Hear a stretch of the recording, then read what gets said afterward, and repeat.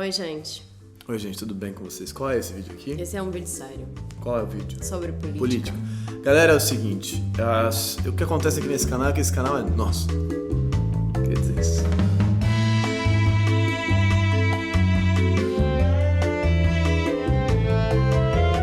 O que acontece é o seguinte, eu de vez em quando... Tá ligado o som? Tá. Eu de vez em quando, porque o Emanuel fica me pilhando aqui, falo sobre política eventualmente aqui nos vídeos, porque o canal é nosso, a gente faz o que a gente quer. Isso aqui é um canal livre. E aí, muita gente tem rido de mim e falado, adoro quando a Flor se exalta Então, e gente, tal. é um sucesso isso aí que acontece. E aí, o Emanuel acha que a gente é muito leviano. Eu acho. Eu sempre acho. Porque o Emanuel é uma pessoa mais séria do que eu, entendeu? Chata, pessoa chata. Então, o Emanuel acha que a gente deveria fazer um vídeo sério sobre política. Política. Um vídeo sobre política. Eu não concordo com esse vídeo. Concordo. Eu não acho que a gente deveria fazer um vídeo sério sobre política, porque eu acho que a gente não entende desse... Não, de tô falando verdade. de falar da nossa perspectiva. Ninguém, o que é entender? Mas a nossa perspectiva. Você estuda o negócio, você lê, você ouve os negócios, você fala. Eu muito menos, mas você estuda uma parada aí. De uma perspectiva em relação a isso que está acontecendo. Você não é sociólogo, economista, nem nada disso. Mas você é uma pessoa que está Foi vivendo. casada com um economista. Não passa por osmose, né? Passa sim. Bom. Ele me ensinou muitas coisas. Flor foi casada com um economista antes de mim, um cara sério. Muito sério. Beijo, Trabalho, Gabriel. né? Provavelmente vou te mandar esse vídeo pra você ver as asneiras que eu vou falar agora. Ele não vai ficar orgulhoso, provavelmente. Enfim. Ele vai falar, não aprendeu nada. Eu tava aqui formando uma pessoa liberal, agora ela já tá de esquerda de novo. Mas então a gente vai, porque aí as pessoas falam, vocês não precisam, tem gente que fica brava, porque a Flor foi negócio do Moro, Bolsonaro e tal. E aí, então a gente fala, cara, vocês não podem falar sobre isso, que o canal não é sobre isso. O canal é sobre o que a gente achar que ele pode ser, né? Realmente. Em minha defesa, eu queria dizer que eu não estava falando sobre política, que eu estava simplesmente fazendo um vídeo, naturalmente, tranquila, na minha vida, na minha existência, falando sobre relacionamentos. E o Emanuel veio e puxou esse assunto. Provoquei. Provocou. Mas então vamos falar de política um pouco, realmente? Vamos fazer isso? Vamos. O que vocês querem falar de política, gente? Não, amor, fala aí. Agora eu vou fazer aqui o entrevistador. Vou fazer o Marcelo Tais. Maria Flor, qual que é o teu incômodo? Você pode argumentar porque que você acha... Você que quer fazer um vídeo de política, por que Eu? você falou, vamos fazer um vídeo sobre política. Eu quero que você fale das suas expectativas e das suas... E da sua conclusão do momento político atual que a gente está vivendo no Brasil. Não, então eu vou falar o que eu acho, rapidamente. Fala. Vou falar o que eu acho. Eu acho o seguinte, eu acho que... Eu não votei no Bolsonaro, só para esclarecer, eu não votei no Bolsonaro, não votei no Haddad, não votei em ninguém, não votei. Aí as pessoas falam, você é uma pessoa que não vota e tal. Eu sou uma pessoa que não Emanuel, eu vota. vou explicar pra vocês. Ele é de Brasília, então ele tem um título de eleitor de Brasília. Ele mora no Rio de Janeiro há 15 anos. 15 anos. Ele jamais transferiu o título de eleitor dele. Ou Pois seja, é. ele não vota. Não voto há 15 anos. Eu vou lá, justifico e não voto. Bom, não voto também porque eu nunca olhei pra nenhum sujeito ali e falei, cara, esse cara vai resolver minha vida. Acho que essa narrativa tá ligada à narrativa da representatividade do herói que não me interessa. Acho que a gente pode construir coisas e campos de diálogo mais interessantes do que o dessa gente lá no Congresso. Eu estive no Congresso algumas vezes na vida, sendo de Brasília, lidei com pessoas ali, meu pai foi assessor de senadores e tal e coisas, e eu acho aquilo tudo muito complicado. Acho a estrutura em si muito complicada, eu acho que tem uma série de concessões que o sujeito tem que fazer para estar ali que... Acho que tem gente legal? Acho que pode ter gente legal. Acho que é muito difícil, mas acho que pode ter gente legal. Não tô falando, tem que matar essa corja toda, não é isso. Mas então eu sou muito cético em relação à nossa estrutura de governo. Bom, tá bom, tudo bem. E aí você tá falando que nada funciona? Não. Eu tô aqui nesse canal exatamente tentando abrir um campo de diálogo. Acho também que, por outro lado, o Bolsonaro não é a causa do mal da humanidade. O Bolsonaro é uma exibição de um sintoma de uma coisa que estamos vivendo. Ele foi eleito por uma grande parte do nosso povo. E não foi por causa do Steve Bannon só e por causa das campanhas de fake news no WhatsApp. Não é só isso. Ah, mas é bastante. É também, mas aí que a gente discorda. Eu acho que ele representa um desejo das pessoas de uma normatização, de uma organização, de uma lei dura que impeça os desejos de poderem fluir livremente, que é um campo ameaçador para muita gente. A gente perdeu um campo de moralidade estabelecido no Brasil, religioso, cristão e tal, que organizava a gente e liberou a gente para viver outras coisas. E isso assusta muita gente. A mim não exatamente assusta, a mim me faz feliz, mas assusta a outras pessoas. Por exemplo? Por exemplo o quê? Por exemplo, alguma coisa que a gente ganhou como... Bom, por exemplo, o campo da sexualidade que se expandiu um pouco. Então, se a gente pode falar em casamento gay, entendeu? Isso é uma coisa, né? A gente está revisando, de fato, a posição da mulher.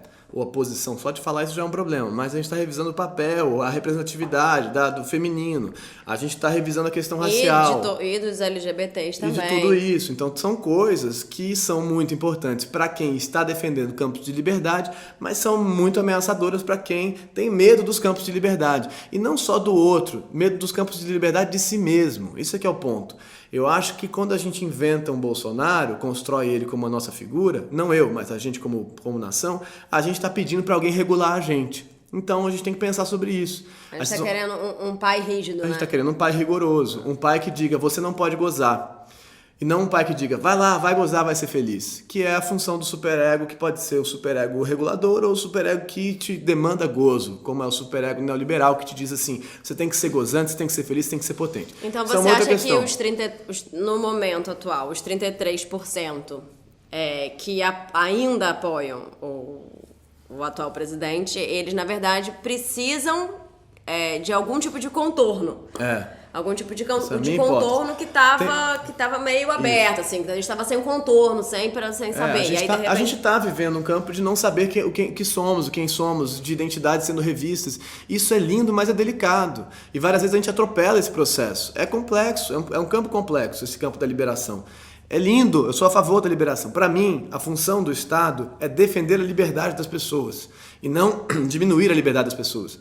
Ponto. Para mim, essa é a função do Estado. É primar, é cuidar da liberdade dos indivíduos, da possibilidade deles existirem e viverem as suas vidas. Isso não é o que esse governo se propõe a fazer. Então, eu sou contra a grande maioria das políticas desse governo, por conta disso. Mas eu não acho que esse governo seja ilegítimo, eu não acho que ele seja absurdo no sentido lógico-político, porque ele foi eleito. Não, ilegítimo, claro que ele não é. Mas, cara, não me representa, não é meu presidente, não é sei lá o quê. Isso é tão estúpido quanto falar lá atrás, não vou entrar na Dilma, mas que a Dilma não... Entendeu?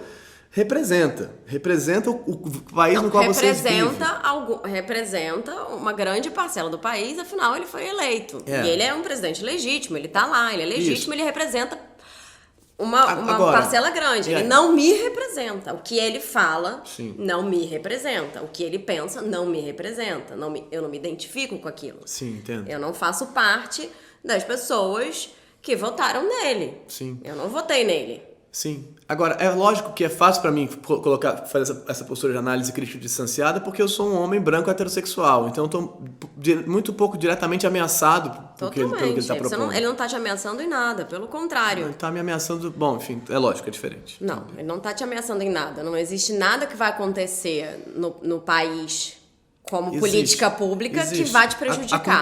A cultura. A única coisa. Mas é o que eu vivo, né? Então, já te prejudicou. Já me prejudicou. Não, mas aí desde o Temer, né? Desde o Temer. Mas enfim, então tudo bem. Então O Temer. Quero muito falar sobre o Temer. Vamos falar sobre o Temer. Quem inventou o Temer? Aonde mora? O que come? Como dorme o Temer? Sabe o que eu adoro? Eu adoro o áudio do Temer depois do impeachment, que ele diz que ele não consegue dormir. Porque ele mudou pro Palácio do Planalto, mas ele não conseguiu dormir lá. Medo de fantasma. Então ele voltou pro Jaburu. Porque ele conseguia dormir no Jaburu. Total. Que era o lugar dele de vice. Ele não tinha condição psicológica de assumir a presidência da República. Não tinha condição. Mas você sabe que nem o Bolsonaro tem, aliás, né? Condição psicológica realmente. O Bolsonaro, mas é que o Bolsonaro, ele é um fanfarrão, né? Ele não tá, aliás, ele o Bolsonaro, não se importa, pra mim, ele é uma incógnita. Eu não sei até quanto ele tem consciência das coisas. Eu também não sei. Mas eu ia falar, desculpa, que esse campo do fantasma, do castelo, é o Rei Lear, né? Totalmente. Tá lá nele. É o Rei Lear? É o Rei Lear, né? Uhum. Ou é o menino trono manchado de sangue... Como chama? É o Macbeth. É o Macbeth que mata não é o Rei Lear. O Rei Lear é das filhas. O Macbeth que mata o rei e assume. Sim. Que vocês já leram, enfim, mas tem o Trono Manchado de Sangue do Kurosawa, que é muito legal. O Macbeth mas aqui o Shakespeare realmente ele tava Tava vendo tudo isso. Ele tava vendo tudo Ou isso Ricardo acontecer III. e Agora- tudo que acontece no poder, o Shakespeare Já já falou, tava prevendo, já tinha falado, já tava... Mas o que eu acho... O que eu acho? Eu acho que o que tá acontecendo é grave. É muito grave. Por quê? Porque as pessoas que são desfavorecidas vão ser mais desfavorecidas ainda nesse governo que esse homem tá fazendo. E é isso que eu acho que é um absurdo. E que é muito preocupante pro nosso país, entendeu? Como nação mesmo, como uma ideia de coletivo, entendeu? A gente não tá... É uma pessoa que não tá pensando ali dentro daquele congresso, junto com aquele congresso, com aquela gente toda, ele não tá pensando em melhorar a qualidade de vida das pessoas que estão na merda, que são fodidas, que não tem como sobreviver, que não tem como comprar 1 quilo de arroz. Não, ele tá pensando o quê? No dinheiro grande, nas grandes corporações, nos empresários, no dinheiro mesmo. Ele tá pensando no dinheiro, ele vai governar pro dinheiro. Então, uma coisa que me deixa muito preocupada são as pessoas que votaram no Bolsonaro, achando que, né, na fantasia de que ele seria um presidente honesto, que a corrupção... Um bom pai. Que ele seria uma pessoa boa, porque ele ia fazer sei lá o quê. Inclusive, sei lá, a liberação das armas. Então, porque tem gente que considera isso uma coisa boa. Tem gente que acha que o nosso país tem condição de armar a população. Pra mim, é uma loucura, uma insanidade. Tipo assim, a gente tem que prender as pessoas que acham isso. Mas tem gente que acha que essa é uma solução razoável para o problema da violência. Não sei como isso é uma solução razoável, mas enfim, tem gente que acha. Só que o que me preocupa é isso, ao invés da gente, a população que tá desprovida de auxílio, de segurança, de cultura, de alimento, de informação, de educação, vai continuar cada vez mais abandonada. E isso é uma coisa que faz do nosso país um país muito pior. Muito pior. Porque não dá para você viver num ambiente onde a diferença entre quem tem dinheiro e quem não tem dinheiro é absurda. Dá ruim, né? É muito ruim. Então, eu acho que se transforma num país muito difícil de viver, porque é triste. Porque não dá. Eu não consigo. Eu não consigo andar na rua e saber que eu posso ir no mercado e comprar o que eu quiser e ter muita gente dormindo na rua, sem ter casa, sem ter comida, sem ter... o básico. A minha dentista outro dia falou pra mim, ela trabalha no município, ela falou pra mim, ela é dentista do município. Ela falou pra mim, não, eu não tô mais... Como a gente não tem mais médico, porque acabaram, mandaram os médicos cubanos embora, então o estado do Rio tá completamente abandonado, não tem médico. Não tem médico. Então qualquer pessoa que tem CRO ou CRM tá sendo convocado, e é funcionário público, tá sendo convocado pra ir pros hospitais pra atender conjuntivite. Então ela que é dentista atende. Ela que é dentista, não é que ela atende a pessoa, né? Mas ela olha e fala, bom, essa pessoa tá com conjuntivite. Ela faz uma triagem, ela tá fazendo triagem nos hospitais, porque são filas quilométricas, não tem ninguém pra atender e as pessoas estão com zika, ela sabe, né? Até porque ela é mãe de duas pessoas, ela tem alguma noção. Isso aí não é o Bolsonaro, não, isso aí é a corrupção. Isso aí já é o desmonte do estado do Rio de Janeiro, que a gente vai ter que falar sobre o Sérgio Cabral. Não só a gente faz outro vídeo sobre o Sérgio Cabral e as Olimpíadas, a Copa do Mundo e tudo que fizeram com o nosso país e com o Rio de Janeiro principalmente. E aí com o Lula na história também, teoricamente. Com o Lula na história também. Eu não vou defender o Lula. Eu não acho que o Lula seja uma... Eu acho muito errado também essa ideia... Eu tô falando muito já. Não vou parar de falar. Não, mano, fala aí, ué. Não, é porque eu acho que é muito errado também essa visão de que o Lula é Deus. Né? Porque o Lula virou, do mesmo jeito que o Bolsonaro é o pai, não, esse aqui é repressor maligno, o Lula é o pai, é o bom pai, o pai generoso, o pai que pensa nas pessoas, o pai que dá, o pai que abraça, o pai que tá lá com o povo. ele realmente, eu não posso, eu admiro o Lula como trajetória de vida. Admiro aquele homem. Como qualquer homem que lida com o poder da forma que ele teve que lidar, é claro que ele fez concessões, é claro que ele teve que jogar aquele jogo lá, porque o jogo que acontece ali, naquele lugar, é muito perverso, né? Imagina o Congresso desse país, com aquelas pessoas que votaram no impeachment da Dilma. O que são aqueles deputados? O que são aquelas pessoas? Quem são aquelas pessoas? Onde vivem? O que comem? O que pensam? O que leram na vida? O que filmes viram? Não sei, porque pra mim são analfabetos. São pessoas analfabetas, assim. Não de leitura, mas analfabeto de consciência, de relação com o outro ser humano, de percepção de si. São pessoas que não têm nada. São pessoas brutas pra mim.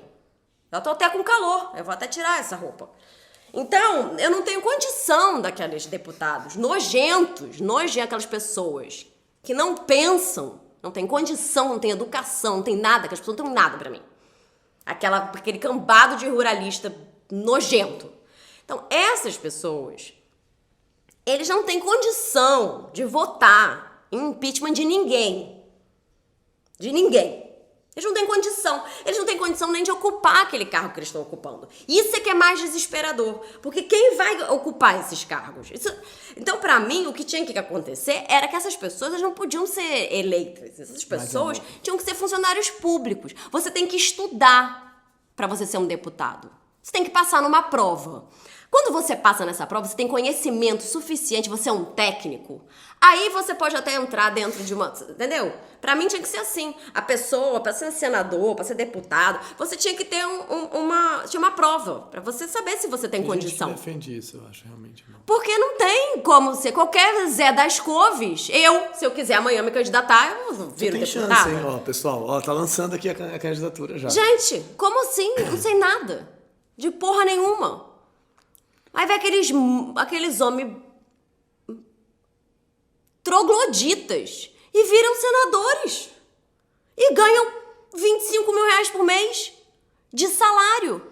Mais ajuda de sei lá o quê pra pessoa vestir uma roupa, uma gravata, botar um terno. E assessor. A pessoa tem assessor, pra que assessor? Então tá tudo errado, gente. Pra mim, tá tudo errado. O Bolsonaro vai continuar a deixar tudo errado assim. E pelo contrário, não só ele vai deixar tudo errado assim, como ele vai fazer um jogo com os americanos tão escroto, tão perverso, tão maligno, que ele vai vender o país todo. E é isso que vai acontecer. Então, o que a gente vai acontecer com a gente? Eu não sei, eu tenho muito medo. É só isso que eu tenho pra dizer. Quer falar do Moro um pouco?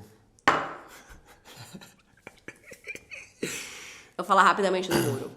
O Moro é a pior espécie de ser humano que existe. Porque ele fez uma prova. Isso é que me dá ódio. Ele fez uma prova. Ele é técnico. Ele é advogado e juiz. Então não resolve. Então ele tá embasado. Ele tá embasado nessa porra dessa prova. Como é que chama aquela prova que a pessoa, quando vai ser juiz, tem que fazer? Você tem que fazer prova pra ser juiz. Então o idiota do Sérgio Moro fez o concurso e passou. Ele passou. Ele é um juiz. Só que ele não aprendeu. Ele é um juiz bem assim, né? Ele é um juiz bem vagabundo, né? Perdão. Ele não aprendeu o básico sobre o que é ser um juiz. Que é você conseguir olhar para as provas que você tem e julgar imparcialmente. Isso ele não aprendeu. Por quê? Porque o Moro, desde o começo, estava tramado para fazer o quê? Política.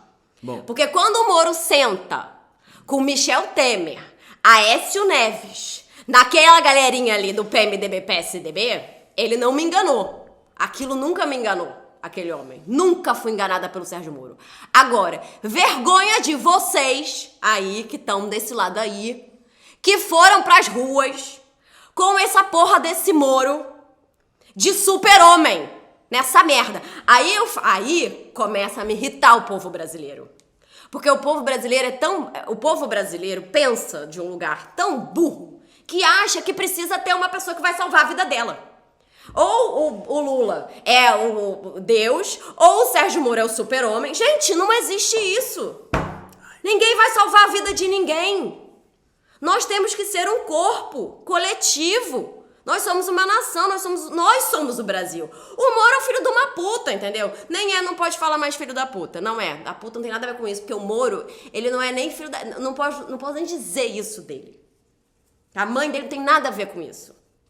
Aquela pessoa que é o Sérgio Moro, que não tem nenhuma ética, um juiz sem ética nenhuma, ele, coitado, eu tenho pena dele, porque ele vai se fuder, porque ele achou que ele ia ser presidente, né, gente? O objetivo dele era ser presidente. Ele ia pro STF. O que ele queria? Ele queria ser do STF. Agora ele não vai mais ser. Posso falar uma coisa? Agora, tem gente que continua defendendo o Moro porque quem tá nessa lógica de o Lula tem que ser preso de qualquer forma, que até, enfim, não interessa, acha que o Moro fez uma coisa. Outro dia a pessoa escreveu isso aí, falou, cara, só no Brasil a gente fica bravo com o comissário Gordon porque o Batman prendeu o Coringa, que ajudou o Batman a prender o Coringa, conversou com ele. Então é uma lógica de que tem lados mesmo, tem o bom e o mal, tem o vilão. É uma lógica bem primária, assim, é bem primário. Achar que o Lula é o vilão do país é bem primário, assim, não tem vilão nessa história. E o Moro super-homem, gente? Não tem vilão, não tem herói, isso não existe no mundo real. No mundo real todo mundo faz concessões, especialmente na política brasileira. Todo mundo faz concessões. É óbvio que o Moro orientou a coisa para conseguir prender o Lula. Isso não é... Agora você fala, mas ele fez... Outro dia veio nossos amigos e falam, ele ajudou a prender uma quadrilha, o Lula é um ladrão. Tá bom, você pode até acreditar nisso. Eu não acho que seja assim, porque eu não acho que o problema do país seja o PT, infelizmente. Até seria bom se fosse, mas não acho que seja. Mas eu acho que se você acredita nisso desse jeito, você rompeu com o parâmetro da legalidade. E da ideia de justiça. Tudo bem, mas topa isso. Agora, lembre-se que depois esse negócio vem comer o seu negócio. Porque chega uma hora que você fala, mas não tem mais legalidade, então pode me prender também, porque a pessoa que está lá no poder é contra mim. A lógica dela. Sem legalidade, sem organização de parâmetros éticos e tal, ou morais, ou o que seja, ou um contrato social que a gente viva, sem isso, a gente está lascado. E topar o que o Moro fez como razoável porque ele prendeu quem você não gosta é topar a ruptura dessa lógica, desse corpo social, desse contrato. Veja bem onde isso pode parar, porque isso pode voltar atrás de você depois. Pode voltar atrás de... Bom, se você não se preocupa com os outros, preocupe-se com você. Tem esse vídeo? 23 minutos. Eu queria dizer rapidamente, enfim, vou botar uns vídeos aí embaixo, se eu lembrar depois, que são legais sobre isso, de pessoas que são... talvez mais sérias. Eu tenho vídeo do Dunker sobre o Bolsonaro e o Olavo de Carvalho e tudo isso, que é muito legal, assim, que eu queria ter falado sobre isso, acabou que eu não falei. Mas, eu falei, né? Não, eu falei pra caramba, amor. Mas essa lógica de como que a gente colocou no poder a galera do fundão, assim, a galera meio ignorante, meio tosca, a lógica do tosco, assim, porque é uma galera que... Somos nós como país, nós somos toscos. Exato, mas é uma galera que não estudou, mas que fala na cara, que é o sincerão, é o presidente sincerão e ignorante, que é o cara do fundão que faz uma piada sacaneando o professor de biologia quando ele tá falando dos gametas masculino e feminino, sabe? Gameta match, sabe? Tipo esse cara, assim, que a gente botou no poder. Então... Lembra desse cara na escola? Tinha sempre esse camarada. Esses são os Bolsonaros, essas coisas, essa galera toda que nos deu trabalho. Só quero falar uma última coisa. Só para terminar uma coisa. Mas também, por outro lado, a gente, num dado momento, elegeu um presidente intelectual, Fernando Henrique Cardoso, que também fez o que fez. Pode defender o Fernando Henrique ou não, mas ele fez uma grande venda ali para aprovar a reeleição dele. E aí, essa discussão também rompeu um parâmetro do que a gente chamaria de contrato social. A minha pergunta era isso que eu ia falar. Falei. Bom, primeiro eu queria dizer uma coisa que para mim é muito clara, que é: não existe nada que justifique o impeachment da Dilma. Isso é uma coisa para mim muito clara. Não existe. Não existe nenhuma prova de que a Dilma fez alguma coisa que fez ela ser impeachmentada. O que aconteceu foi, ela é uma gestora difícil. Acho que ela fez... A Dilma cedeu pouco na lógica. Cedeu muito pouco. E eu acho que a Dilma fez uma coisa que é muito séria, que ela deixou o Ministério Público trabalhar e falou, eu não vou me meter nisso. Ela travou o esquema do Eduardo Cunha. E travou o esquema do Eduardo Cunha. Isso é muito sério também. Não devia ter feito. Então, ela ela brigou com o Eduardo Cunha. E o Eduardo Cunha resolveu se vingar. Isso pra mim é muito claro. Então, só queria dizer isso. Outra coisa que eu queria dizer é, na verdade, uma pergunta. Pensando no Fernando Henrique, pensando no Lula, que, independente dos nossos ideais políticos e o que quer que seja, foram bons presidentes pro país. Ai, tem gente que vai... Enfim, tudo bem. Foram bons. Numericamente, o país cresceu, né? A inflação caiu, a moeda começou a ser valorizada, a desigualdade social, no caso do Lula, né, diminuiu. Enfim, podemos dizer que como país a gente melhorou, né? Concorda? Tanto com o Fernando Henrique quanto com o Lula. Tá bom, vamos concordar. Pensando também que um presidente veio depois do outro, que eles se complementaram lá. Lula usou toda uma coisa que estava Lula usou uma coisa estabelecida, uma estabilidade, enfim, e aí tudo bem. Então, pensando nessas duas pessoas, tá? Essas duas pessoas, a gente sabe que eles se envolveram em coisas. Eles pagaram. Eles deixaram o dinheiro correr solto aí.